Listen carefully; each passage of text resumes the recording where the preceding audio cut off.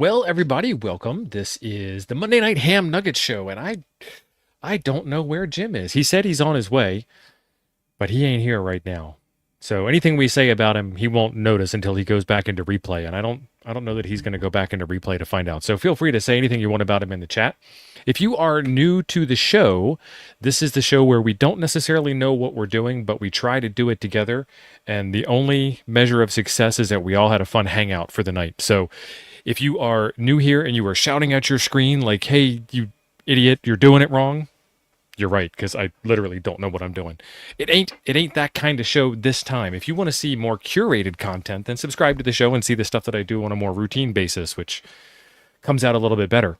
I have been playing with the ICOM 703, which is currently sitting right over there on the desk, and I got it on FT8, so I might have made a contact with some of y'all on 20 meters and 10 meters today.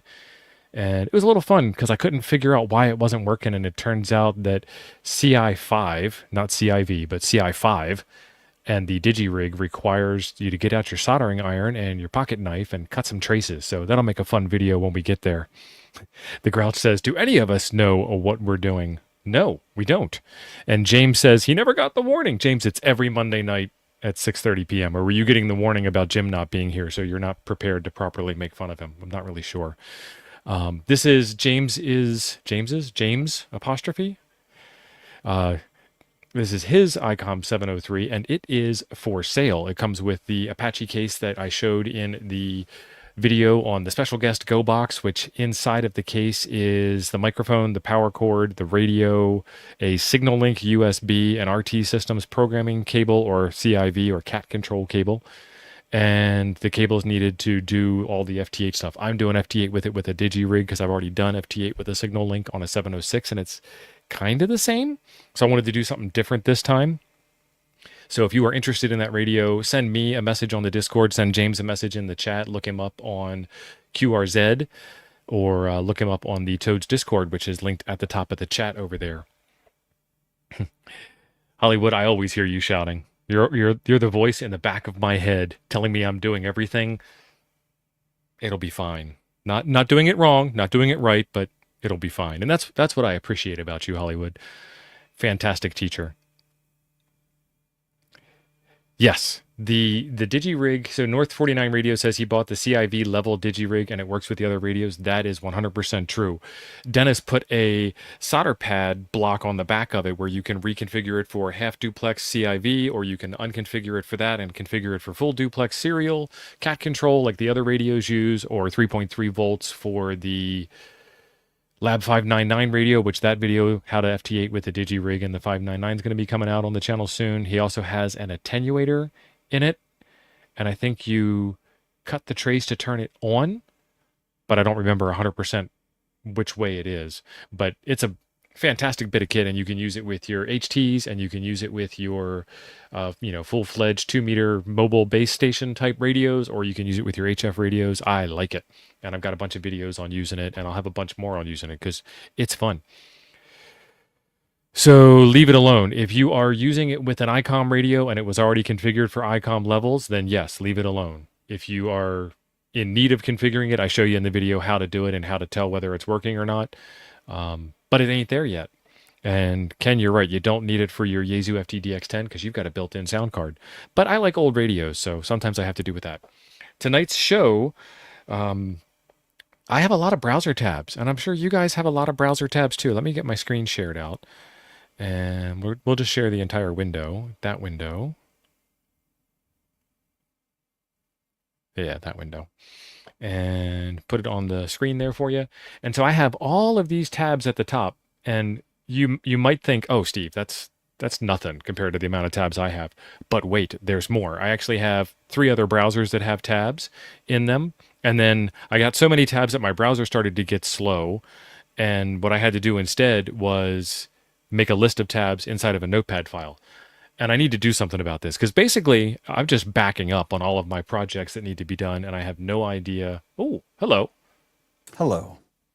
I have no idea how to get to all of this stuff. We talk about this being a hobby of 1,000 hobbies, and that's one of the reasons why. Like right now, one of my hobby of 1,000 hobbies is tab collecting. Jim, how you doing? I'm good. Copy? Yes. Yes. All right. Suddenly a gym appeared. A wild gym. A And wild please, Jim. yeah. Please don't look back in the chat and don't do team replay because we said some stuff about you before you got here. Wouldn't be the first time and probably Right. won't be the last. Hobby of 1,000 tabs. That's right, Lee. Good to see you, Lee. So we got a couple of membership milestone super chats, and today is the last day. If you haven't used yours and you're a member, it's free to do so, and it shouts out how long you've been a member. The Grouch in New Hampshire has been a member for 5 months, and right below the chat there is the little $sign. If you click that, I think that's where you find the membership milestone super chat. And if you don't have that, then you have to hit the join button below the video and join up. And Colin, member for 16 months, says, "G'day, y'all." And Colin is from VK, which is why he said that with a accent like he did. Totally Colin's accent. Totally. Yeah. I mean, I've heard the man speak before. It was spot on. Like, if the two of us were talking at the same time, you couldn't tell. Hello, Pamela. Pamela, I got in trouble the other day. There was another woman in chat, and I didn't recognize her, and she yelled at me for misgendering her as a man because I don't know if you've seen anybody at a ham fest, but it's predominantly male. So it's good to have you here, and hopefully Elodie will show up as well. LOD, you're accenting syllable wrong. So yeah, is it Elodie? And then Hollywood came in and said it's like ebony and ivory, Elodie and ivory. So I don't know. I'm certainly not an expert on how to pronounce French names, but Yes. I think it's LOD, like rhymes with melody, but I think you accent different syllable. Yeah. Imagine being named Pat. Yeah. I get misgendered all the time. I actually did that. I was selling a trailer. Hello, Cat.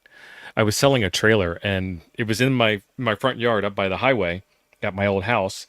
And this person called me on the phone and said, "Hello, I'm interested in the trailer you have for sale." And I'm like, "I'll be right out, sir. I'm a female." I'm like, "I'll be right out, ma'am."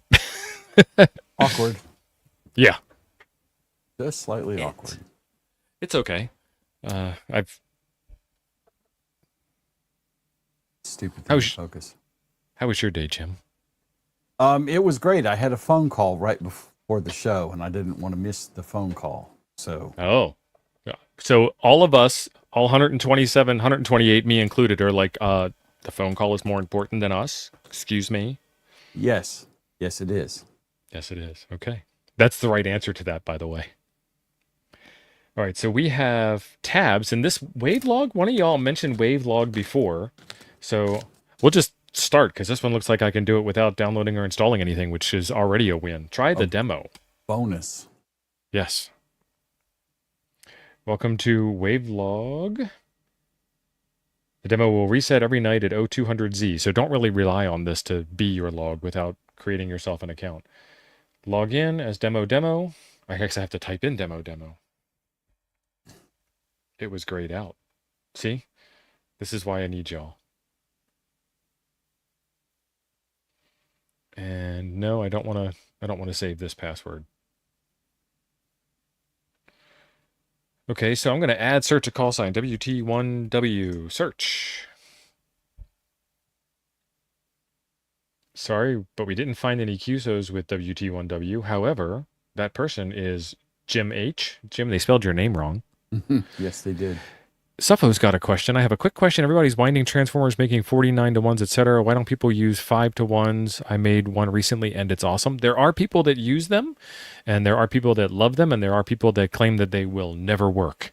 And I'm in the camp where I have used it, and I've made contacts. And I don't know whether it's good, bad, or indifferent. It's just made contacts. I mean, if you're making contacts with it, Bob's your uncle, you know? I mean, it's Steve, what was the conversation you were having today about that comment you got on a video? Oh, yeah. So because that's a prime example of if it works, don't worry about it, you know? Let me pull it up because this is all public, so I'm not like calling anybody out who didn't already call themselves out. But the person left a comment, and one of y'all fine people came back and told him he was doing it wrong. But he said, when you tune, you are not tuning the antenna. This is obviously true. You are only making the radio C as close to a 50 ohm load at the tuner as possible. That is also true. It does not make the point from the tuner to the antenna change in any way. That is true. The impedance there remains unchanged. In my opinion, internal tuners are good for making your radio happy when you have a resonant antenna, something already close like below 2 to 1. That's not entirely true, but not entirely false. If you have a 3 to 1 tuner, then it will work if your antenna is 3 to 1 out. If you have a 10 to 1 tuner, it'll work if your antenna is 10 to 1 out. That's kind of how math works.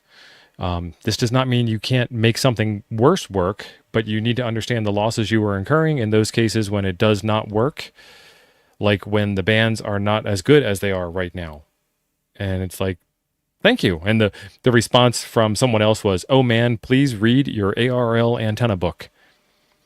And yeah, antenna tuners do not tune the antenna. They make the connection between the antenna and the radio happy, but we collectively call them antenna tuners. And if you're making contacts, enjoy your radio. Have fun. You also hear them called a matchbox Yeah. frequently as well. Yeah. Because that's essentially what it's doing. It's making that impedance match between your radio and the Right. antenna. So Suffolk came back and said, I'm still learning, which is awesome. Welcome. So am I. I'm still learning. Only got my general last August. I've had mine for a little bit longer, but I made a bunch of different ones already, and the 5 to 1 seems so good. So a lot of that has to do with your operating style and your environment and things along those lines. And the 49 to 1 that people are winding is a very specific, what they call an auto transformer. So your antenna wire is a half wavelength on the band of interest, the fundamental. So most of them, they do it as a 40 meter end-fed half wave, and you get the harmonic of that band, which is how you pick up the other 3 bands on that same antenna. And with an end-fed half wave, you're presenting 2,450 ohms to the feed point. And if you do some real quick math, 2,450 divided by 49 is 50 ohms, which makes your radio happy. So technically, you've made a non-manual tuner, non-automatic tuner, but you've made a tuner that converts 2,450 down to 50. And then your radio's happy. The wire itself is resonant. It's just not resonant at the impedance that your radio is expecting. And radios only expect 50 ohms because somebody decided a long time ago to make 50 ohms the standard, and everybody jumped on board, and here we are today. So the 5 to 1 probably is good because of the length of your wire and the capabilities of your radio and the conductivity of your soil and the height, depth of the RF ground below the soil. And that's fantastic. I have no problem with it. I use a whole bunch of different, they call them ununs because it matches an unbalanced line to an unbalanced line, or they call them balance because it matches a balanced line to an unbalanced line. I have a collection of the things. Right. And, I mean, they can even get down to sizes like this. This is a binocular toroid that I'm going to do a 2 to 1 on for a loop on ground, log. So, yeah, have fun. Yeah, and Hollywood threw out some Holly wisdom, which is basically what you said as well. But he made it sound a lot smarter when he said it. I'm just saying. Yeah, he's got more practice. Yeah. So in the short version of that is, Suffo, is it depends on a lot of things. And if you're making contacts, gravy.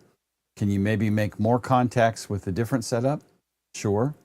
Mm-hmm. But like T.O. said, it also depends on the band conditions.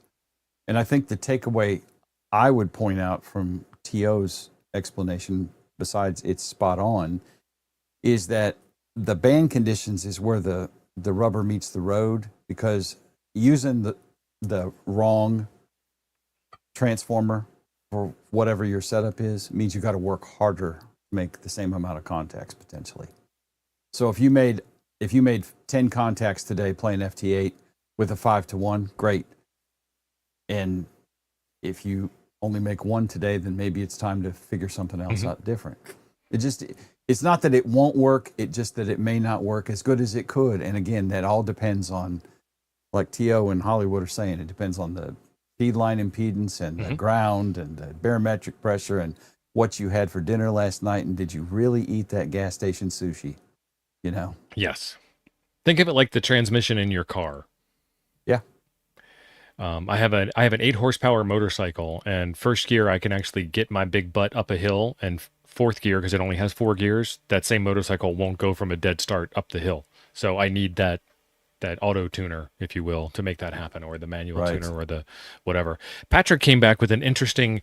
This is the current argument, and we're not going to get too far in the weeds on Oh this. boy, that was a warning In shot at me. He said that to me.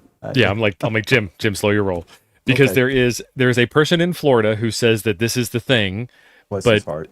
I don't watch his videos because I don't know that I agree with it. There's another person who has a much better channel and a much better presentation who also says this is a thing. But to the best of my knowledge, neither one of them have actually gotten enough coax, enough manual tuners. They say auto tuners won't do it. Manual tuners are the magic for this.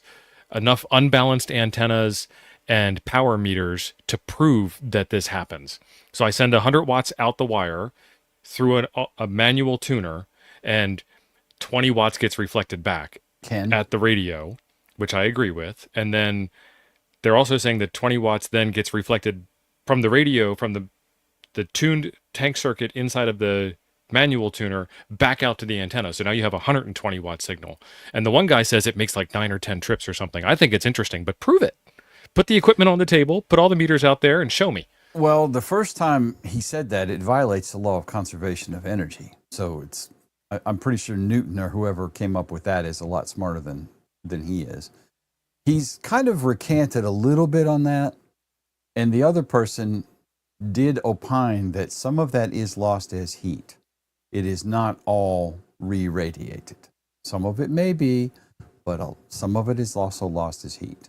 And I don't remember whether it's a little or a lot, but so apparently in radio, even though we're using electronics and science, there is also a little bit of witchcraft involved. There's a lot of witchcraft involved in radio. So yeah, I don't disagree with that. I just don't know I don't know the answer to the question, and I don't have the equipment to prove it right or wrong, and I get lost in the argument. It's okay. I will either become smart enough one way or the other to know the answer to that question. yeah, I'm not there. Yeah. I'm like, I smell some snake oil in there, but I'm not smart enough to root it out. This is where I'm at, Lee. I believe that that's probably Yes. the case. And in my mind, I think I'm willing, 100% willing to be proven wrong. And I'm not going to die on this hill because I have no clue. But if 80 watts goes out and you make a contact, and that was the contact you wanted to make, this is fantastic. Yeah. Do it. That's, I mean, and the thing with resonant antennas, and if you have a resonant antenna, and I'm about to acquire some, it's good for one band. And it's only really, really resonant on one frequency on that band. It'll be resonant-ish and fairly close to, 1.0, but it's not going to be 1.0 across the whole 20-meter band, for example. Right. So people who, and I think T.O. and Ape and Chuck are all on this same thing too. Resonant antenna is only really resonant on one exact frequency, and everywhere else is an approximation that's close enough for ham. Hey, Greg. And you see people who will say, I only use resonant antennas. And if you got enough space to set up a resonant antenna for every band you operate on, I'm jealous. Every frequency on every band. Technically, yeah. And when they say that, I think they mean it's resonant-ish on a band. So this is a 20-meter band antenna, and this is a 30 and a 10 and so on. But either way, that's a lot of antennas. So if you got that much room and that much gear that you can do that, then rock on, brother, because that's cool. But I will speak for the gyms, but I think that what we're talking about is the bandwidth of the wire. I mean, you know how they talk about skin effect and things along those lines. Your antenna is resonant, depending on how well it is resonant. on the cue, a little tiny bit of the frequency, Yes. but not the entire. Like you're not going to get one wire that's resonant on at 1-to-1 SWR on 100% of 80 meters, as an example. Right. But close enough to make contacts. Close enough that your tuner can kick in and get you happy and get you on the air and having fun. I'm using a 9-to-1 right now. It's in an inverted L and it's up against the metal siding, and I'm working the entire United States. I'm happy. Right. At 5 Right. watts.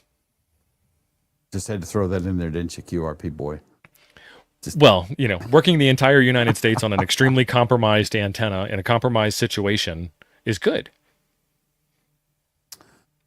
Yeah, and Doc has said that's why you need a stepper or the tuna antenna, Yep. because then you can. Now, what about a mag loop? It's kind of. I mean, you're Super kind of. high Q. It's super high Q, but you're kind of tuning it, aren't you? When you adjust the capacitor on it. Yeah, but it's a antenna with a built-in manual tuner. Okay. Well, I was like, I'm not sure what that was exactly. So I'm looking at this logbook software. I put a link in the chat. It's wavelog.org and view QSL. So you can send QSL cards back and forth on your log. That's nice. So if you had Wavelog and I had Wavelog, we could log a contact with each other and then share. And apparently the developer is not American, which is great because I'm looking at this and thinking this is German. Could And be. that's the zoom on the map. Let me zoom in a little bit more. These town names look German. And this is the thing I love about maps. When you zoom in, the map resolution like gets you closer to the earth, closer to the ground, but then the text shrinks back down. So you can't zoom in on text on a map. So Scoot over this is what toward it the is. bottom right. What is the name of that street? Bottom right. This is Route de Mutterschlotz. Mutterschatz. Sounds German. Muttershotz. Oh yeah, there's enough consonants in there that's got to be German or Polish. Yeah. Yeah. I don't know. All right. So today is, and he's got the date in the wrong format, 31/03/2025. The time Those is dang Europeans. present, WT1W. And I made a contact with Jim on C4FM. Oh, look at that. It automatically puts you as USA. It puts you into Logbook of the World. The last time you used Logbook of the World was 71 days ago. Is that correct? No, I used it yesterday. Okay. It's got your profile down there, profile picture with your FEP Labs logo. It's got your map with you south of Montgomery, Alabama. That's all correct. I did C4FM on the 160 meter band, and I gave you a 5.9, and you gave me, what'd you give me? I gave you a 5.9, buddy. 5.9 both ways. Love it.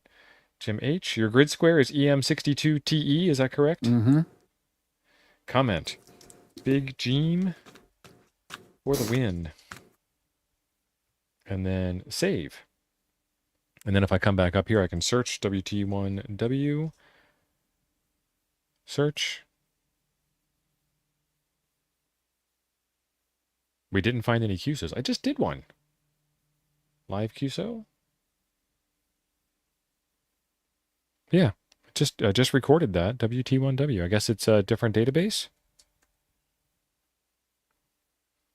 There it is. It just took it a minute. Yeah, I was going to say it just hasn't updated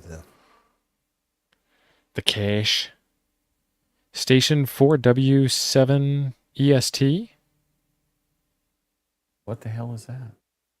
I don't know.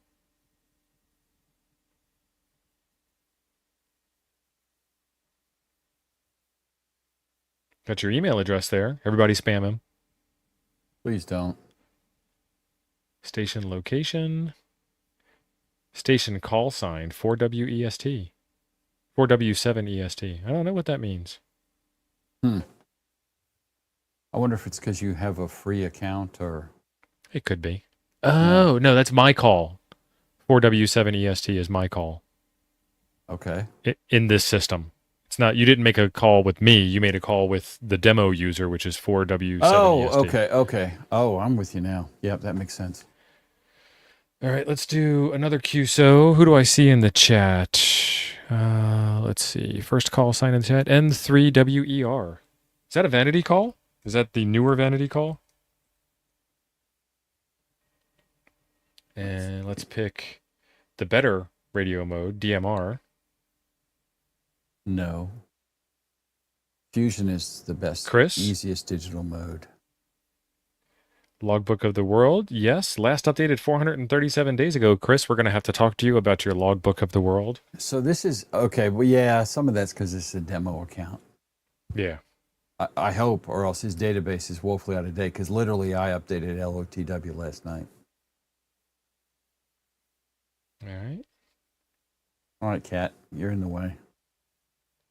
Which cat is that? Oh, the white one. I guess I can make a call with myself. This thing. Am I- Sophie. Oh, that's cool. It's doing call sign completion. I have, hey, that is me. Back when I had hair. Oh, 1,000. I remember that guy. That's before you looked like a convict. 1,493 days ago. That actually might be accurate. The grid square? I don't actually know where that grid square is. Let's try Levine Central. I think it's .com. I typed that wrong. .co.uk, I actually think. No, maybe it is .com. Levine Central is a website that I use to look up grid square stuff. Ham radio tools, Maidenhead grid square, EM20. Oh, that's kind of cool. Submit. I didn't know about that Show one. map. Yeah, okay. So that is Livingston, Texas, which is where my QTH is. Sorry, wrong use of the word. My QTH is Guyman, Oklahoma. I wasn't going to call you out, but No, I'm calling myself out because it's fun. Okay. Yeah, Livingston, Texas, EM20. And we're going to do, there's a ton of modes in here. Vara FM 9600. Dave is asking, what program is this? So Tio has been saving tabs up for a rainy day. And so we're going through all the tabs at the top of his browser, David. You see all of those up there. Until we get bored. Yeah, all of these. And that's Right. not all of them. Oh, Lord. Okay. Yeah. And Dave, That's you just need all to the get ones here in on this time. browser. Attendance was taken and a mark will be made in your permanent record.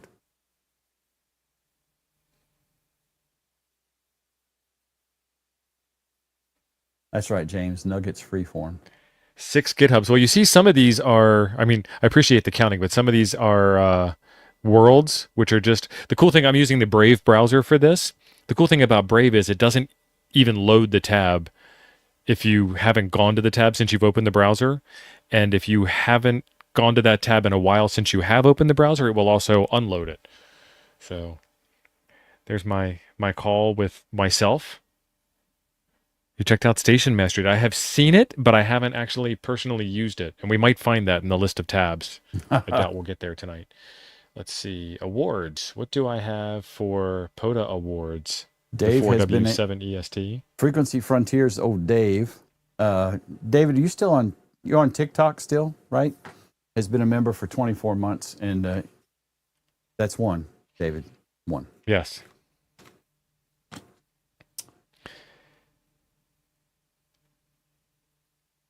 Newer And ordered. Go ahead.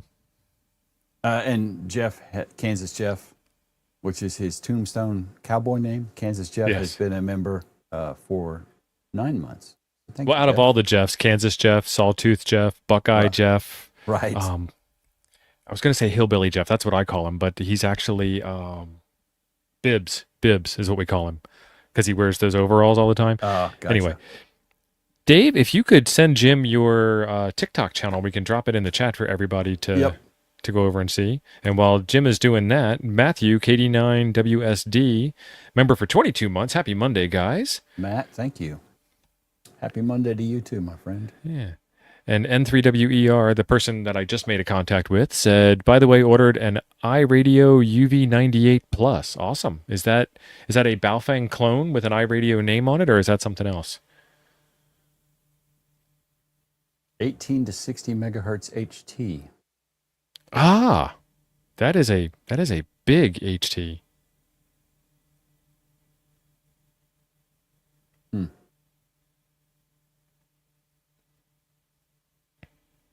Hamman, Connecticut, has been a member for 7 months. And other Andy has been a member for 23 months. Use it or lose it, Andy. Use it or lose it. That's right. I think Andy's driving, so be careful, Andy. And Jimmy has been a member for 3 months. Jimmy, thank you. Branson, Missouri. Okay. I don't know if I'll be in Branson in time for that, but it's possible. I'm on my way to Iowa. So this call sign has awards for parks for POTA references. Okay. Another German POTA reference. Okay. And CH, I'm guessing that's Czech. Oh, thank you, Don. And Grumpy Don, my nemesis, has been a member for 52 months. Thank you, Don. Thank Appreciate you, it, Don. buddy. Oh, I have broken Wavelog. It's they use MySQL, so if you want to use a MySQL injection attack or something along those lines, you can break it too. Version info. I didn't click that to the best of my knowledge. What I did was I hit back and it wanted me to confirm form submission and it didn't know how to handle that. DX calendar, contest calendar, hams.at. Oh, Hamsat, yes. This is actually a really good website. If you guys haven't seen this, look, we're getting sidetracked already. Let's go to Hamsat. Hams.at, Hamsat. This is where you can pre-spot yourself for an upcoming satellite pass, or if you see a satellite coming overhead, you can go look at this and see who is supposed to be working it. Sat passes. So it'll tell you the type of satellite it is. AO07 is a linear bird, which is sideband. AO91 is an FM bird. So for the sideband, you'll need like a 818 type radio or a 705 type radio. And if you really get into it, they take two 818s and now tab 2 and stack them. So you get what is that, a 1706 or something? I don't know. I don't math on camera. Just ordered an FT710. Nice. And dropped a $4.99 super chat. Thanks, Matt. Thank you, Matt. That is awesome. So the ISS has two different things you can do. Well, three. You can talk to an astronaut if they so desire to stop all the work that they're doing and get on the radio, which they do sometimes. It is an FM repeater and it is an APRS digipeater, but it's an APRS digipeater on a different frequency than typical US APRS. I don't know what the frequency is off the top of my head, but let's see if details will tell us. I imagine someone would Google that. 145.825. No, there you and go. It is currently active, and there are 0 passes, but I haven't set my location, and I forget what it is. Nope, because I'm not in my location. Let's do EM20 for Texas. Set location. Activations. Oh, we were doing sats. Yes. Details. And it still tells me, oh, it does. Now it tells me the next 24 hours worth of passes. Acquisition of signal in 34 minutes. Oh, man. You could literally walk outside and hit them up. Nice. If I was in Texas. I'm close enough to Texas that I probably could still walk outside and hit them up live. Yeah. Let's see. Activations. W8LR is going to activate AO7, RS44, JO97. Nice. Europe may be impossible. Yerp.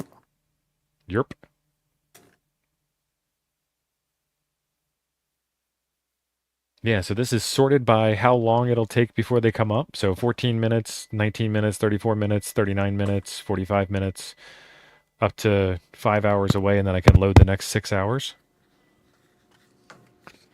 And digital birds going overhead, IO 117. I don't know anything about IO 117. Jimmy, you're clicking your mic? Change it. Hot swapping microphones, buddy. Okay, good. So details on IO 117. Let me put the, I said the link, but let me put the link in the chat while I'm at it. Tio, you're on tab number 2 at this point. But this is a bonus tab, but this is a tab that I didn't have, but I knew about. I wasn't going to say that, but I was like, we got a lot of tabs to cover, buddy. Well, I'm not going to get them all. I just figured we'd play with one and at least knock one off of the list. Yeah, John, side quest. Side quest, exactly. Chris, I had to change browsers. Firefox can't handle the number of tabs that I have. Firefox has gotten slow for me in the last 6 months and started having problems. So this is how we got sidetracked. This Wavelog pulls in the satellite rovers, and these are W8LR. These are all the ones where he had posted that he was going to do it. And if I go to the And 1 to 16 of 16 Oh, entries. that's Yes, here's cool. the maybe impossible one that we read off of the other page. So this is pulling in that data. Show workable passes only. And this is because the 4W7 EST station is in Germany somewhere. So, Yeah. So you wouldn't get those with your real grid square, most but likely. if you, yeah, if you Because I were think using there's a this and it was configured, what is it, a 4,000, 5,000 mile coverage during a pass it depends ish? on the bird. Well, yeah, So but some birds are low Earth orbit, some birds are higher. So you can get better results. yeah. But I think there's I don't think you can, I could be wrong because I've never done satellites. We've had Sean Kutzko on here several times on Coffee and Ham radios, but I think there's a threshold. I don't know that you could hit Hayden on a satellite, for example, No, because from here. he's literally too far away. You both of you have to be able to see the satellite at the same time. Yeah. So I think you can get Europe. You may be too far west, except possibly like, the western coast of Europe. John, what is the deep Something web like that. radio? So this has analytics. Okay, thanks for the release notes again. Number of days with QSOs each year. 2021 was a banner year for this guy. And 130 days in a row he made contacts. Ken said GreenSat is a high orbit. Yeah. Neat. Awards, satellite, Germany, USA awards, worked all states. And let's show the worked all states map. This is pretty cool. It's not letting me scroll the page. Well, you are a scab at this point. And somebody's blowing up my Discord. That's our crew. Okay, get rid of that. Ape is sending us bacon pictures. Table, and tuna. map. Let's hit the full screen button. There we go. Oh, that's a neat grid square state overlay thing. Green is confirmed. Yellow is worked, not confirmed. This is a nice looking program. This is one of our better picks. I like it. Does it have a ham program interface? Yeah, absolutely. Yeah. Does it have an import? Oh, it has import. Let's see. Import. Log files must have the file type ADIF. Maximum file size is 64. Choose file. And then let's do desktop, logs. No, Dropbox. I use Dropbox. Now y'all know. I'm pulling up one of the club logs for K-Toads. And this is going to be from, what is it sorted by? Sorted by kind, and they all have the same kind. This is from KY4GM from Dave. And let's not click any buttons and just go for it. Well, hold on. Is there a name? Call sign. Yeah, we'll give it to 4W7EST. And it's not a contest. Upload. Wrong station K-Toads while importing QSOs. This is because this was a club activation with a operator and a station operator call sign inside the log. So it skipped all of the contacts, Dave. Sorry.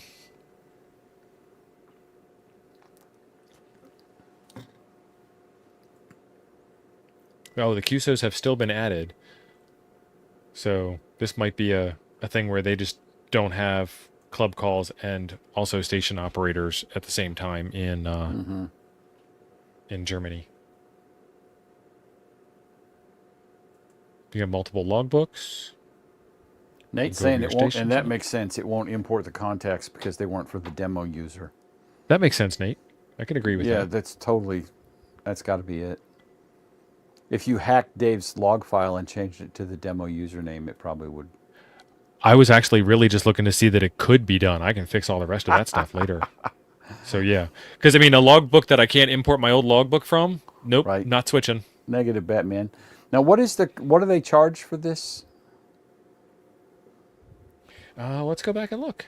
Is it just a free account thing, or because I've You still have got a made no membership to users. WRL. I don't know that I'm keeping it yet, but Let's see. Let me log out. and for what it's worth, To, you are every time you talk, it's like a little whistle right behind your words. You know what that is? No? It is FT8 in the background. I was opening the noise gate on the mic, and you were hearing the FT8 come through from the room. Okay. License is I turned MIT. off my It's FT8 before this show so I could give you my full attention. while you were on the phone talking to At, other people no, besides us. you were after the phone call. I mean, there's no doubt. I did skip getting a cigarette before I came on the show. I just left the volume up. Anyway. Requirements, classic lamp stack. Oh, so it's free and you self-host. Okay. And Free. it will interface with LOTW. And Yeah, you apparently have to it's doing upload call. your certificate. Yeah. But I mean, I do that with QRZ and I pay QRZ's fee for that little feature. So I use QRZ as my authoritative source. And I'm sure there's QRZ haters out there. It is what it is. It's what I figured out when I got started. So that's where all my log data is at. And then I sync LOTW from QRZ whenever I upload new stuff. Yes, Ronnie. Self-host on your own LAN server. That's interesting. So you could maybe run that in Docker too. Yeah.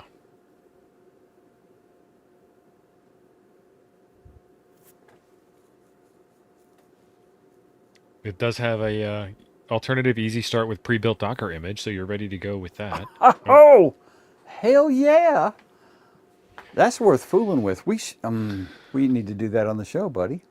all right. I will put that in the notes, and you can be the driver, and I can be Okay. the peanut gallery. We'll save that tab and let's move on to a new tab. Don't Oh, ruin the whole show. good. Good. Oh yeah, I wasn't going to do the Docker install. Well, no, I don't mean that. I mean, let's. Now I'm looking at it now, and I'm trying to see. It's wavelog.org, and I'm trying to see if there was a way to. It's a beautiful program. It's like the nicest thing we've seen in forever. Look at that QSL card. Mm-hmm. Club station support, yes. But it would be really nice if this had somebody that hosted it for all of us to use all together. It'll run on a Raspberry Pi, Jim. I've got the hardware for it. Well, I mean, we're running Toads on a Lenovo M90, M70, something like that. We could easily slap this up on that machine as well. I need to move that crap to a different VLAN, but easy enough. Oh, it has the round Earth projection of your contacts. I mean, is that something? Let's poll the chat. Is that something you think you guys would even care about? Logging Watching to Jim a do Docker. no. I don't mean the Docker part because we can kill an hour and a half with that easily. Yeah. And I'm learning Docker. I think Docker's fascinating. I know I'm way late to the party because there's probably Chris Brickers out there right now typing, "Man, Docker was new like 10 years ago, Jim. Never had to fool with it."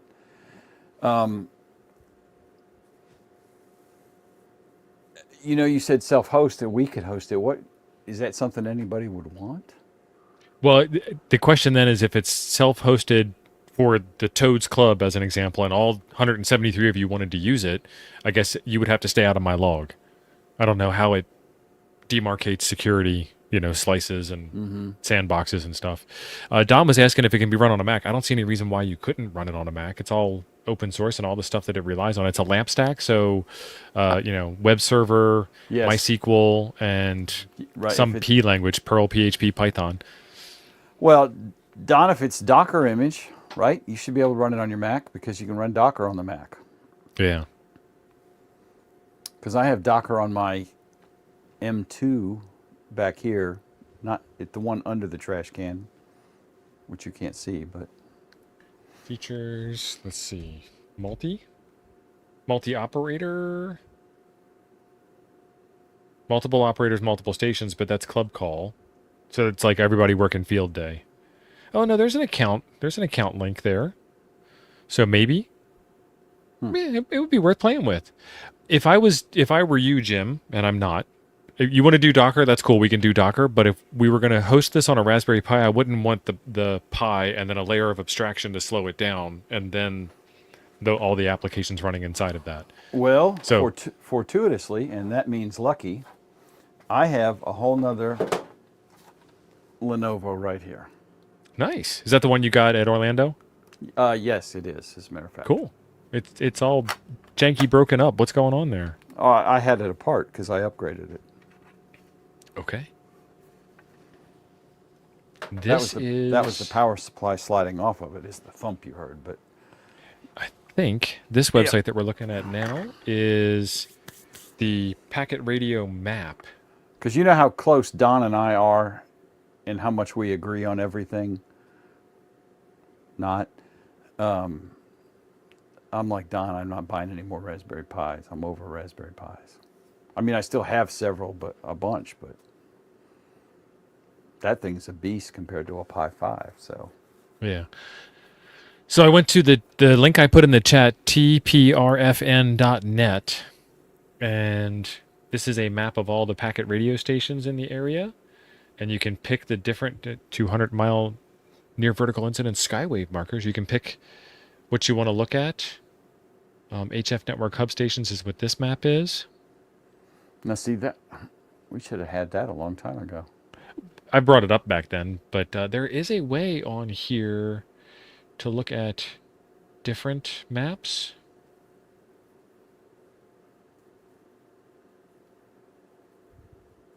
Because there was one that I saw for.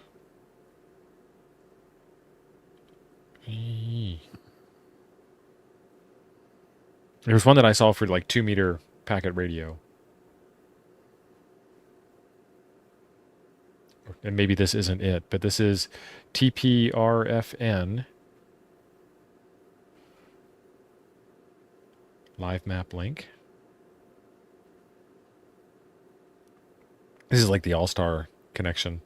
Mm-hmm. Hub station Vara syslog today. HF hub polling stations. It would be more useful if there was an actual map showing. This is a connection map. There is an actual map that we just looked at. Okay. That was just like interlinks, like the bubble thing in All Star. I got you. Yeah. I thought there was a 2-meter map though. RDOT modem. How to connect. Nevis-based network. Nice. BPQ BBS new user sign up. We could actually make Nuggets the Packet Network channel for the rest of our lives and never run out of content, unfortunately. Pretty much. Fortunately? Unfortunately? Unfortunately. You know, Why I have Packet a couple. Radio again still? I have a couple TNCs that need to be on the giveaway list. Ooh. Jim's unloading the TNCs. You want to do a giveaway tonight? No, let's sizzle that a while longer. First of all, I have to find a box. I have a Heathkit TNC and I have an MFJ TNC. The Heathkit is of unknown provenance, but probably works because it's a TNC. There's not that much in it. And the other one is an MFJ 1207, which does work. So we should, if we do another one.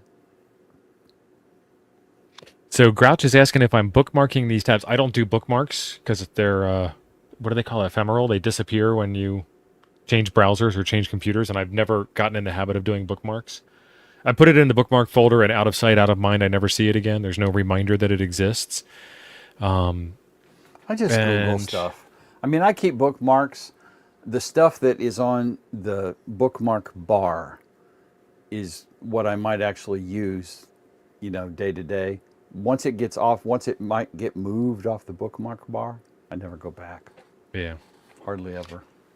Cooley asked a question that kind of scrolled by. Kubernetes and Docker are similar? Question mark. And the answer is no. They're similar in kind of the same way that 2-meter radio is similar to 40-meter radio, but the fact that they do completely different things and work in completely different ways aside, Kubernetes is more of a management system to keep your systems alive and up, and then Docker is the system that runs underneath of that. And I'm sure you can replace Docker underneath of Kubernetes with anything else, but not many people do.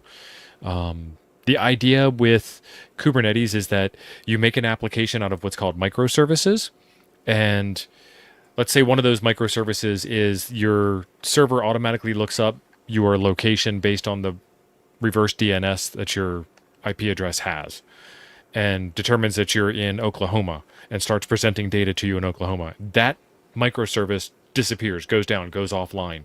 The whole rest of your application stays up and running. Everybody's happy. Nobody knows that it's offline. And maybe the overall application is smart enough to realize that the reverse DNS lookup service is missing and then ask you where you're located so it can show you a map. Or it's smart enough just to show you a map of the United States and you can pick where you're located instead of it automatically zooming in on Oklahoma for you.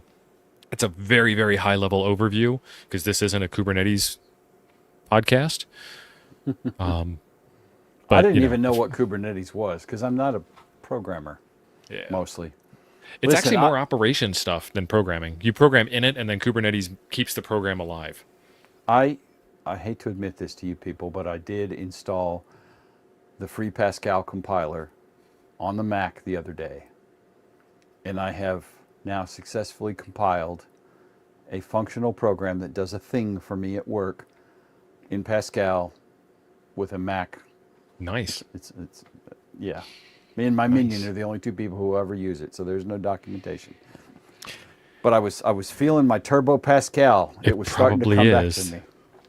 It probably is the premier Kubernetes podcast in America.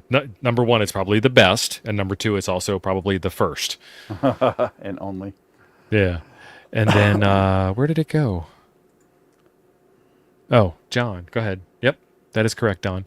John was saying he's a longtime Evernote user. I gave up on Evernote because it got to the point where if I was typing on the computer and then I was typing on the phone while I was out, at Walmart doing my normal Walmart run that I do every day, twice a day,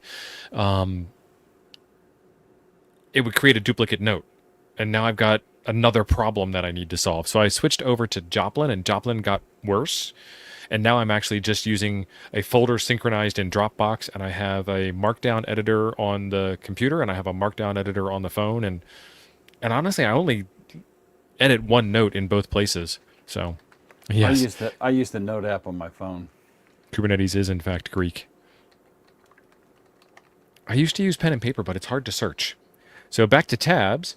We did this TPRFN.net, and it wasn't the one I was looking for, and I don't know why I saved it. So there it is. That's it. Wavelog Jim's going to get to mapability. Oh, I think this is, Cooley, you went all in, buddy. Dang. Nice. Now I got to look up DeskPy. I think that's a mini rack. That's what it sounded like. Yeah. There's also a 3D printed rack. I've seen this rack. Gearling. Yeah, I was going to say, I saw somebody did a video on it. Yeah, that is. Yeah, this is actually already in my Amazon cart. That's cute. I have no need for that, but damn it. The problem that I have is the MMDVM hotspots, the antennas come out. So if you had this rack here, this orange one, you'd have antennas poking into other boards. It's a design flaw in one or the other. I'm not going to say which. It's still cool. So that was DeskPy. I think this was a competitor to Geocron. Time Mapper UHD, a visually stunning new program that combines mapping and time functions to produce an ever-changing 4K world clock display that will enhance whatever location it is displayed in. Really?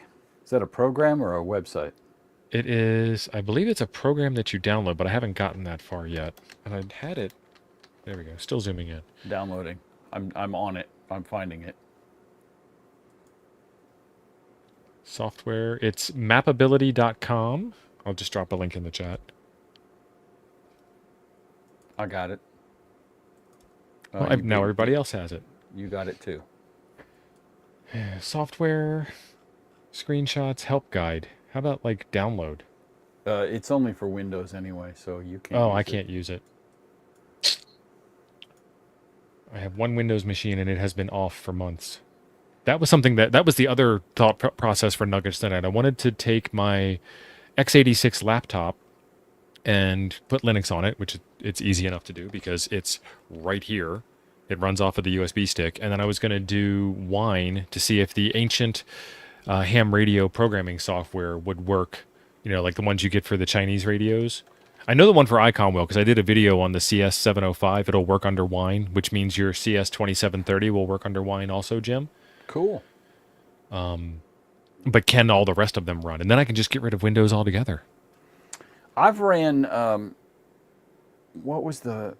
It's Wine. It's based on Wine crossover. Mm-hmm. There's crossover Mac and crossover Linux, and I used to use crossover Linux a lot. Or the Mac version, one of the two. So you can't actually download this program. You have to fill in a name, call sign, spam detector thingy, and then your email address, and then he will email you a link, apparently. Oh, okay. So I don't know if Windows that's 10 or automated or 11. if it's coming, but tomorrow, I have no idea. Okay, so future nuggets. So I still can't close tabs. I mean, I could technically close this tab, but then I wouldn't remember to do the show on it. Let's see, GitHub. This is RPi TX, and I think this is making a transmitter out of a Raspberry Pi natively. That looks kind of like a thumb holding a raspberry and squeezing one of the raspberry nodules.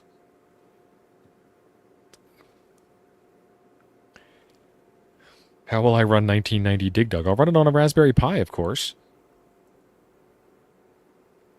There's a thing you can do with Raspberry Pi where you just plug in a wire to one of the GPIO pins and it becomes a radio transmitter with zero filtering. So not spectrally pure, so they don't recommend that you do it. There it is. You are responsible for using your Pi legally. I'm getting time mappers set up here. Oh, he already gave you the download link? Yeah, it popped right back in email. Oh, sweet. Well, share it out. Well, I'm doing that right now. I'm getting it set One up. damn minute, Admiral. One damn minute, Admiral. That's exactly right. I notice you're using a lot of colorful metaphors. Well, it's movie quotes. I can't help it. Right. 1 bleep minute, Admiral. Well, that was in Admiral. I noticed you've been using colorful metaphors lately. Oh, sorry. I was explaining the joke like a true ham. Yeah. All right. I accept the agreement. Yes, you can have all of Don's radio gear. Installing.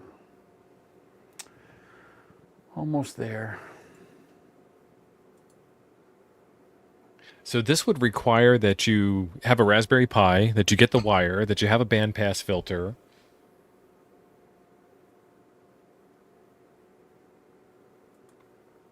So we can do a show on this.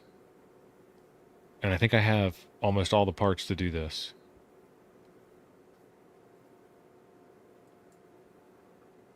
I'm trying to catch up with the chat here. Oh, I thought you were sharing your screen out. I'm installing. Okay, there it is. Finally. Post installation notes. I'm not reading that. That's like instructions. Let me share the screen. Share screen. Entire screen. That screen. All right. All right, you're live. Yep. Let me close. Hide the window. bacon. Yeah, hide the bacon. Let's see. This program is currently running in. Let me take this off because I want a password. 29 days to purchase a license. Click one of the links below. You need to provide a serial number. Click continue with trial. Okay, we'll continue with trial. Please wait a few seconds whilst the program is loading. All right, let me get rid of. Holy Christ!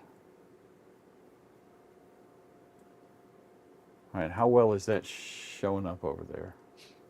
Let me see. Oh, yeah. It's supposed to be run full screen. Well, that's as Not, full as it gets, apparently. it might be like a configuration or something. Yeah, maybe. Oh, wait, well, it's not giving me the windows, and I keep seeing that weird ad underneath, which is even stranger. See? Rebuilding Yeah, he's got layers. to make a living somehow. No, it's not an ad. It's a message. Rebuilding layers. And a URL to his website. Yeah, every time you touch it, it wants to rebuild layers. Okay. Well, that's Woo. not a technical ad. I guess it's an ad. So, wow, this is busy. So you geocron folks in the audience, how does that cover it? And John's saying there's a hamburger menu in the upper right. I see it below the There clock it for is. London. Good eye, John. Oh, well, first of all, let's maximize. All right. Settings, maps, layers, UDPmon contest sim. Okay. Layer groups, info bar, close, and restore. Oh, and there's shortcut keys. Interesting. A lot of shortcut keys. Yeah, thank God there's shortcuts. Let's look at So, I mean, the settings. first thing you'd want to do with that is do a PSK reporter type setup Yeah. to see your own conversations. Well, let me. Settings are saved when Windows closed. Name, call sign, WT1W. Jeff wants you to go to flat Earth view mode, but I thought you were already in that.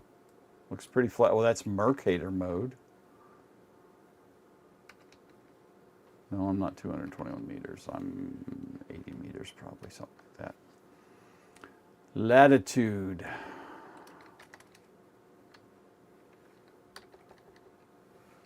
.86.3. I don't think that's exactly right, but it's close enough.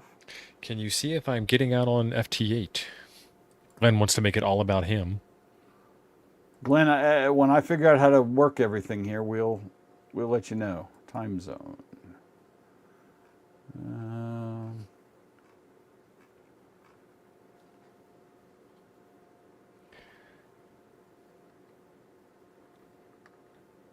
America/Chicago. Well, that's what I was looking for. Oh, there it is. Never mind. I went past it. Yeah, there really should be like two drop downs, one for country and then one for region in the country, because that would give you like one choice for America and then your four or five choices for time zone. Right. Okay. Date format. I'll leave all that alone. That's a sound. Look at all those tabs up top.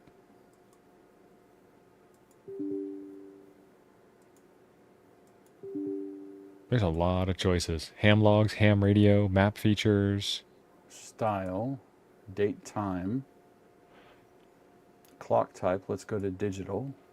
I bet you that you would run out of free preview time on this before you figured out how to use it. Yeah, absolutely. Data bar. It looks like Linux time zone IDs. Yeah, I think they're all You can change them. Yes, you can.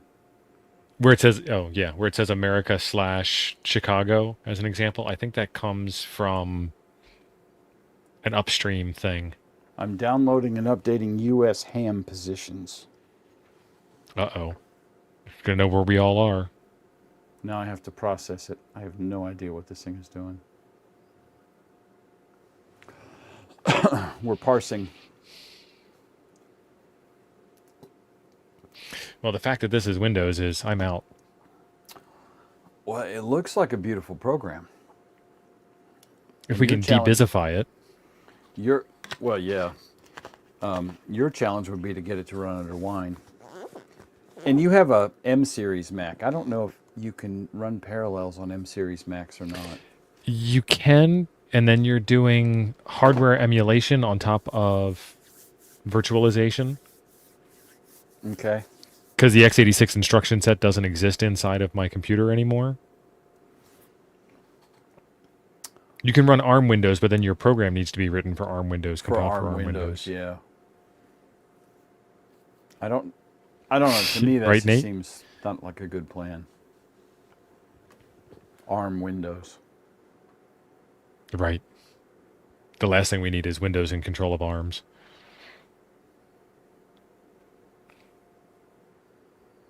I like how the progress bar goes all the way to the end and then just starts over. Yeah. Well, those are tasks. Task 4 of 8. Yeah. So we should move on while this is doing its thing, and we can come back to this if you want. They're asking for a cost for it, so I'll see if we can. Hamability.com or mapability.com. Let's see. Let me get my screen shared out. Why is... Oh, I have to remove yours first, then add mine. I think that the users of StreamYard have gotten to the point where they're not using StreamYard themselves anymore. Because that would be a very obvious thing to not Yeah. do. I should be able just to switch to Jim's screen share, and I can't unless I remove We mine used to first. be able to do that, did we not? Yeah. Yes. $10 a year or $25 for 50 years. That is interesting. Well, you could save money by going yearly for 2.5 years. It's down. Wow, it's down 4/5 of the page. Yeah, right there. Data processing completed. Press OK to return. Free license for clubs. Oh, Ham QTH write and tell me about your login. club. I don't have that. Ham logs. I don't mind the cost. Are these my logs? How could they be? Oh, because they got it from QRZ when you uploaded it? That seems excessive. No, these are European logs. This is from 2023. I don't know what the hell Sean this is Nuggets supposed is to a be. club. The club call sign is KT0ADS, and we could get a free license for it, but it's not expensive enough to not remunerate him for his hard work and efforts of making this thing. Does he Good sell sweet Rhombix? Jesus. There is a link for Rhombix up here. This is KB1SG. The PSK reporter layer shows the last 3,000 live signal reports for a variety of digital modes from a feed provided by a couple of guys. The feed should be filtered to provide more meaningful map display by adding 1 to 4 concurrent filters below. Choose to display the feed in a variety of ways using map layers, ham radio, PSK reporter, or ham radio worked grid squares. Good sweet Jesus. So Don was asking if he sells Rhombix. No, it is his archive of information of all the Rhombic stuff that he ever got.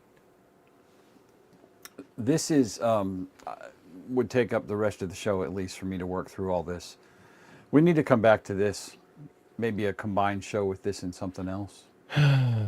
This is what I'm seeing here with a lot of this stuff. Oh, This Pinpoint looks- APRS. You actually already did this one. We've talked about it. I think I did a video on it. It's really sweet. It's a nice program. It's a really nice program, and it's way better than Direwolf. I think it is also Windows only, which is probably why you have poo-pooed it. Yeah. Yeah, it's Windows only. I didn't think it worked on the Mac. And I did it. I did get Ham QTH working. I didn't get a refund. I kept it. Good. Is Yeah. it better than Pinpoint? I'd say it's on par.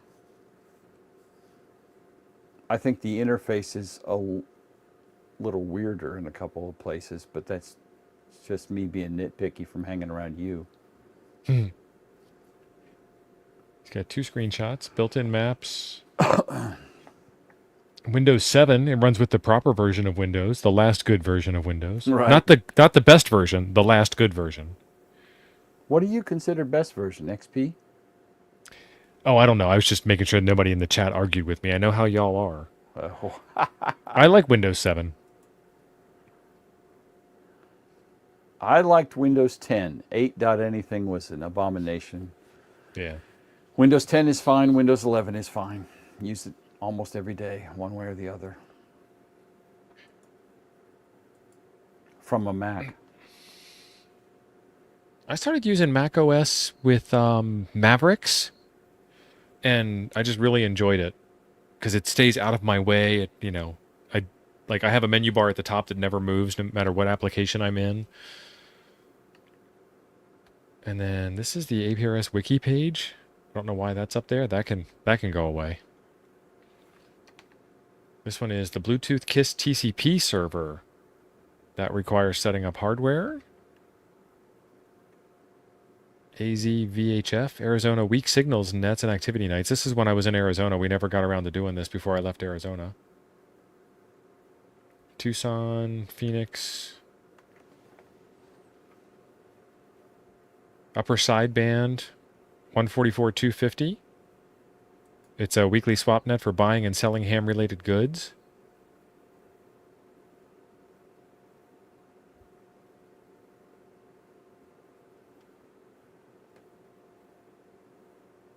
Okay. AGW tracker. Connect. That's more EPRS. Sure, know my location. Okay. This is the Nino TNC Bluetooth low energy beta. We did all the Nino TNC stuff and I just didn't get a chance to close the tab. Drone pilot's license. APRX Digipeater software. APRX is a software package designed to run on any POSIX platform and act as a Digipeater and or internet gateway. I think we're just trying to figure out what we're going to do on our next show. POSIX? POSIX, yes. So you could actually run it on Windows NT4. Yeah. Which I guess technically means you could run it on Windows 11. This is how to make your own APRS tracking website. The tools to do so. This is the POTA map. This actually was really good. This is map.pota.ninja. And I think this one got into call sign, KM9G, load. And it was slow, that's right. I hit the load button, I'm waiting. Because I think what happened is that we overloaded it the last time we looked at it.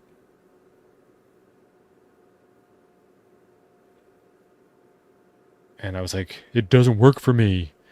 And then we started talking about something else. And then I came back and it had actually worked.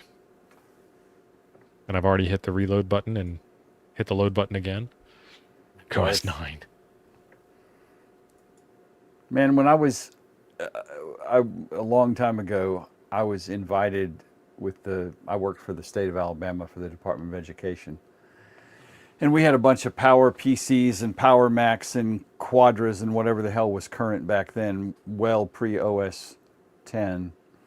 And I got invited to the OS 7 launch up at the U.S. Space and Rocket Center. Okay, I was zoomed out too far. Let's go into Tucson. What is this? Catalina State Park, Oracle State Park, Pichacho, Ironwood. See, I was on the other side of Tucson in the National Forest. Anyway, that's good enough. Let me see, now that I'm zoomed in. I'm going to play with that map program tomorrow. $25 for a lifetime license doesn't seem terrible. Okay, so there we go. So green is hunted. There's Green Valley. That's why I couldn't find it. Juan Batista de Anza National Historic Trail. I made one contact there as a hunter. Coronado National Forest, 2 contacts as a hunter. And then I activated Karchner Caverns and I made 16 contacts. Oh, that's kind of cool. It's a shame that's so slow. Well, it wasn't slow as I was zoomed out too far. It Okay. didn't tell me that I was zoomed out too far, so it respectfully declined to proceed, and Mm. then didn't tell me that I needed to zoom in. Organ Pipe Cactus National Monument, Casa Grande.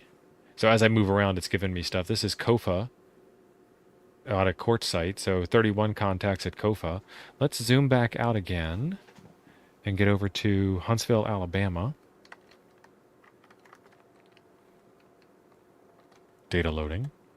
Hunted and activated. And my activation QSO is 1038, and I hunted 14 at Montesano State Park. And then if I get back out to Minnesota,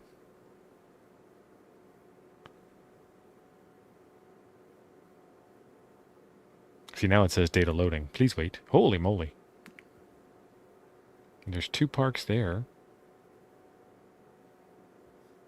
Fish US 4285 Fish Lake State Wildlife Area, 14 contacts.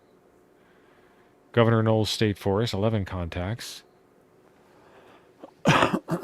That's pretty impressive. So you reckon they're pulling that data from the POTA.app site? They'd have to be. Activated. There we go. Rice Lake State Park, 1034 contacts. So this top part is information about the park itself. 70 activations, 74 attempts, 4,180 QSOs, and a quarter of those are mine. Nice. Can I pull up KTOs? I sure can.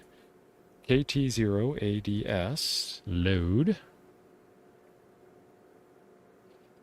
Okay. 1,034 contacts at Rice Lake State Park. That's correct. William O'Brien State Park. Let's see. Let's see about all you Texas hams using the K-Toads call sign.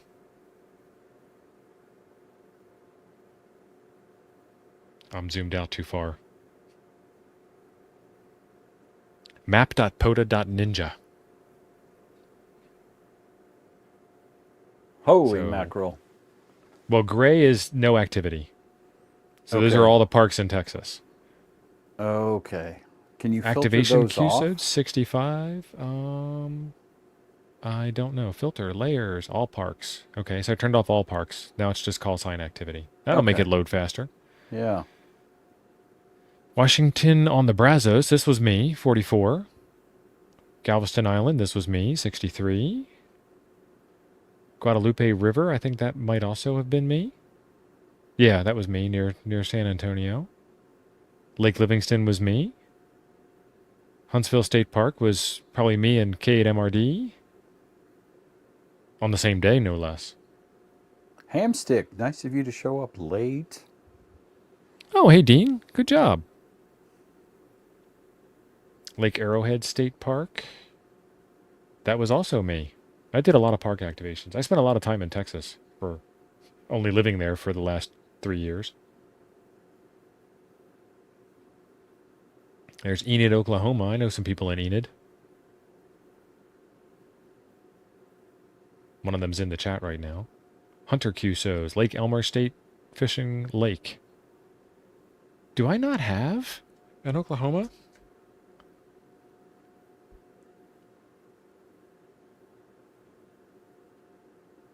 Don said US 3050 is him.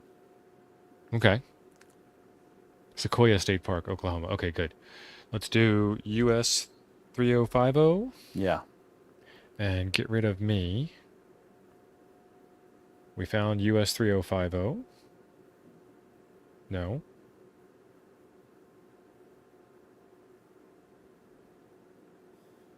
Trying to find it, Don. I mean, have you activated all the parks in the world? No, me, no. I keep seeing your call sign on everything. There's one up in the upper northwest that looks blue. So these are hunters. The green ones are where I have hunted. Okay. Those are contacts I've made outbound.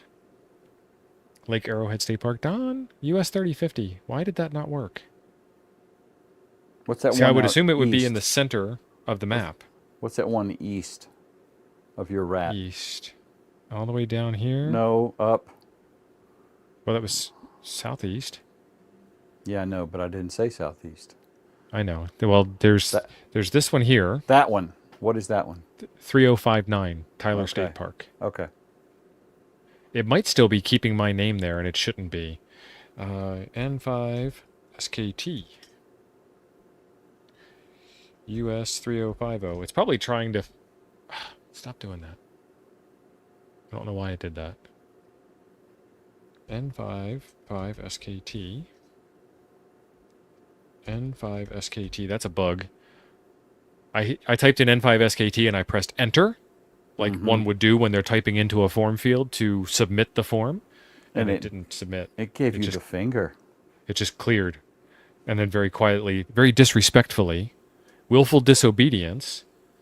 Let's get rid of the all parks layer. And activated. Nope, that's 2991. Let's do US dash. Oh, I saw N5 SKT whenever you hovered over it. Yeah. That's Martin Lake. Purtis Creek. Don said it's near Gun Barrel City, which you're probably too zoomed out to see. My Texas isn't that good.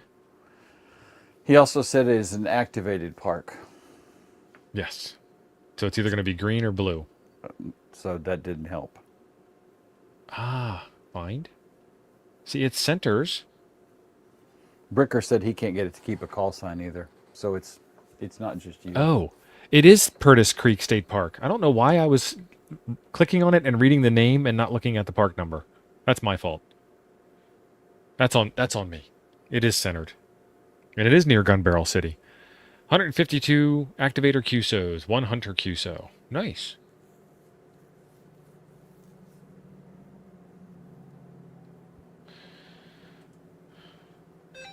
Oh, time's up.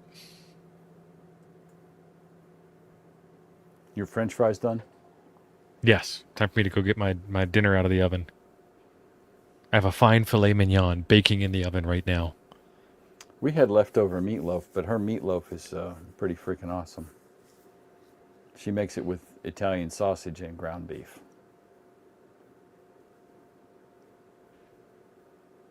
Call sign activity or all parks? Grouch is saying next. Okay. This is one of those websites that I'm going to forget because while it's neat, I don't know. I don't have an application for it in my life. I'm not complaining. I'm just saying, like, I go to the poto.app website because I want to know. Okay, so, all right, I'm in the panhandle of Oklahoma. Let's clear Don's call sign and let's clear that park. And there are no parks in the entire panhandle. Well, no, let's do all parks. There are some parks. I'm in Guyman right now. And the nearest park is over here, Optima National Wildlife Refuge, which that's actually probably a 2-hour drive on the map. As a guess. Yeah, so there's 4 parks, but none of them are close to where I am. You can see the little city lines, or maybe you can't because they're so little.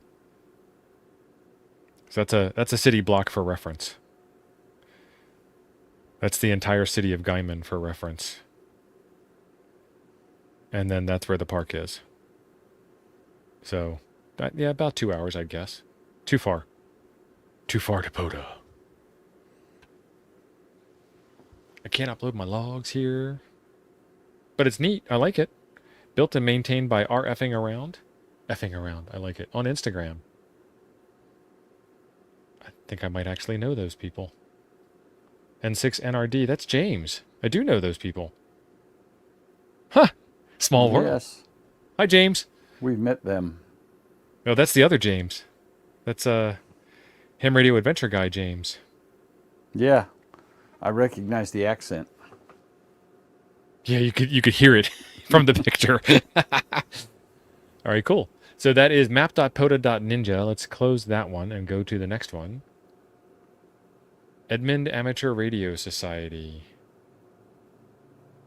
This is how to create a direwolf setup. Pro tip.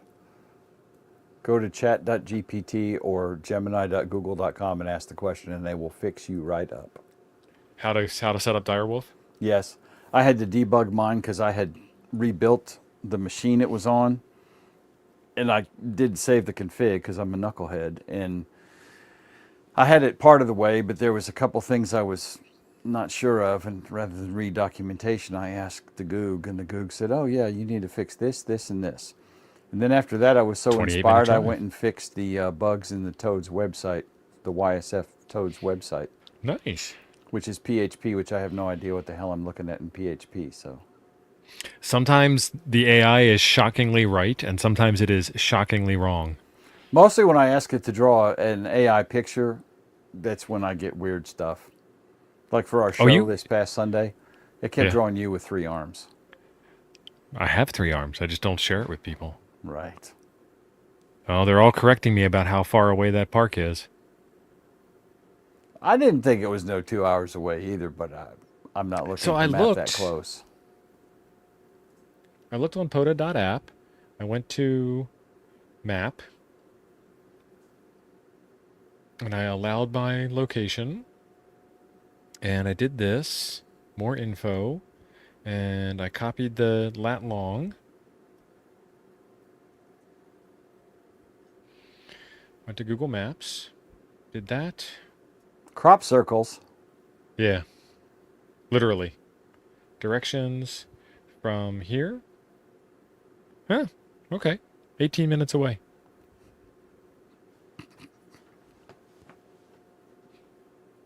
Now I know.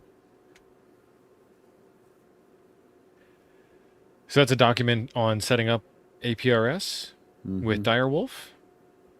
Radio capable of 144,390, and they're saying $70. Is that $70 on eBay used? Is that $70 at a Hamfest? Is that a cheap HT? You know, I Oh, have he's got an Amazon link. I have an Ah, Alinco. Baofeng. Yeah, that's $30, $40 more than that's worth. That is overpriced. BF8HP. Yep. Let's see if that's just a bad listing. That's probably about what that cost. That's the going rate for that radio. Yeah. 8 watt, That's the as 8 if. watt model. As if. Burns in your hand. Yeah, I wouldn't use that. If I was getting a cheap radio, $70 is too expensive for that radio. No, I'd get a TID or a UVK5. Yeah, I was gonna say a Quanchang. Yep. Yep. Audio interface cable, $25. That's the Baofeng K1 cable. I can do that. The B-Tech, Baofeng Tech K1. Yeah. And then they have the K1 Pro, which has got USB-C on the end.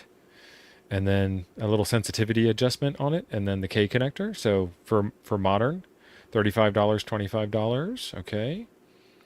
Raspberry Pi 4 gig kit. Yeah, okay. Just as So an can FYI, this machine was less than that. Yeah. This Lenovo. I mean, this is, and I don't mean to rant, Sovereign. but if you're wanting to put Linux on something, don't buy a Raspberry Pi. You can get these Lenovo's are Legion on eBay for cheap. Tio, Legion. what was this? $75 at the Hamfest, and that guy Yeah. had tons of them. And I spent $30 or $40 and put in a bigger SSD in it and a piece of memory. And yeah, it'll out-Pi a Pi all day. Sorry, I digress. Oh, that's why. Okay, I was like, why does he have the audio thing on there? Because it has a TRRS plug to go to audio. So On the Pi, you can, yeah. Is well, that, it's so this is the B-Tech cable, and then he had the Sobrent sound card, yeah. and then he had the audio splitter cable to make all that work. And this is because the Pi has audio out but not audio in natively. But what I would say is get you a UVK5 for $15, get you the B-Tech cable for $25. I'll agree with that. Get you a cheap Android from Walmart for $25 and you're done. APRS Droid, I forget how much APRS Droid costs because I bought it like 10 years ago. And then you don't need Direwolf. Right. I mean, you have to dedicate that Android to it, but so what? And it's cheaper than a Pi. Yeah. And the Pi's fun. Linux on a computer is fun. Doesn't have to be a Pi. Right. But he Because said I actually have Mint running on the trash can. he's at $270.50, and I think the Vero VRN76 can do all of this for $180. Done. No computer necessary. Right. And once you get the thing set up, you don't need the phone anymore for it to be a digipeater, I think. I don't remember off the top of my head. So, all right, that's how to set up Dire Wolf. This is an RTL SDR based iGate. We could just, instead of just doing packet radio, we could just do APRS, which is a subset of packet radio, and we could never run out of content on that. Right. So we are at time, and I only got through a couple of tabs, but now we have more ideas for the show for next week, which was the whole Docker thing. Without even going through the tabs. Yeah. Smart Jason's like any ham. He's got thoughts on it, just like any ham has thoughts on anything. I saw the video. Jason is probably the smartest APRS guy I know. I'm sorry, Steve. Because Oh, he no. actually has learned to use Thanks, Don. the godforsaken arcane interface on a lot of radios. And he uses it for everything. And yeah, I watched the video. He did a good video. Jason is correct in his video, absolutely. For a lot of people, it may not matter. And then there's the difference in cost between an N76 and a D75, which is not insignificant. We had a question come in from Alabama Andrew that I did not see and didn't answer yet. Have I tried the 16-foot wire on the Poseidon yet? No, I haven't. I did watch Salty Walt's video on the 17.5, which is a 17-foot wire on a Poseidon. The Poseidon is the 4-to-1 Rybakov design, but the 16-foot was supposed to be on the 9-to-1. And I've got the 9-to-1 attached to the 703 with the 41-foot wire. Then I have a 9-to-1 on a different core from Ziggy that I need to test out. So there'll be a video on that. And then I can cut the wire. And then we can start playing with it. I would like to get a easily deployable short wire antenna. And 16 feet is pretty good. But then I might be thinking CB whip? I don't know. Yeah, you got to wonder. Truck stop antenna. So, all right, folks, it has been fun. It's been another successful night. We did get through a couple of tabs. We did share some things, and I was going to close out the Wavelog tab, but y'all wanted to install Wavelog on Docker next week, and then experiment with whether we can create accounts for each of y'all. So that I might don't know be a that thing. I don't know that I'm going to use Docker. We've got a whole PC we can dedicate it to. I don't need to Docker Yeah, it. I don't see the reason for Docker would be cool if you want to play with it on your computer. Right. And you're not ready to commit yet, and you don't I want don't to have all the mess. Right. And then done. But I've got dedicated hardware that doesn't have a function right now, so I can absolutely load this up. This has HDMI out, so I can run it straight into the stream. Easy peasy lemon squeezy, as my daughter would say. Done, done, done. All right, folks, I'm hitting the button. Thank you very much. We will see you next time. Appreciate it, fellas and lady. That's the wrong button. I was doing the. We're still live, I think, Steve. I know. I This was is doing I'm the. glad I If you're didn't say what you were going to say about Don. No, yeah, I mean, that guy. That, and I had to pick my nose.